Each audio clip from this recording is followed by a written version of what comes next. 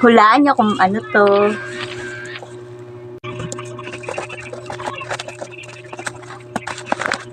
Kasi guys, sira ng aking tripod. Kaya ito, order ko sa TikTok ng tripod.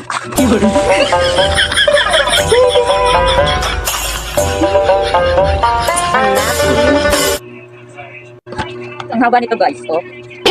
Oh. Oh. Oh. Oh, di ba lagpasan? Grabe.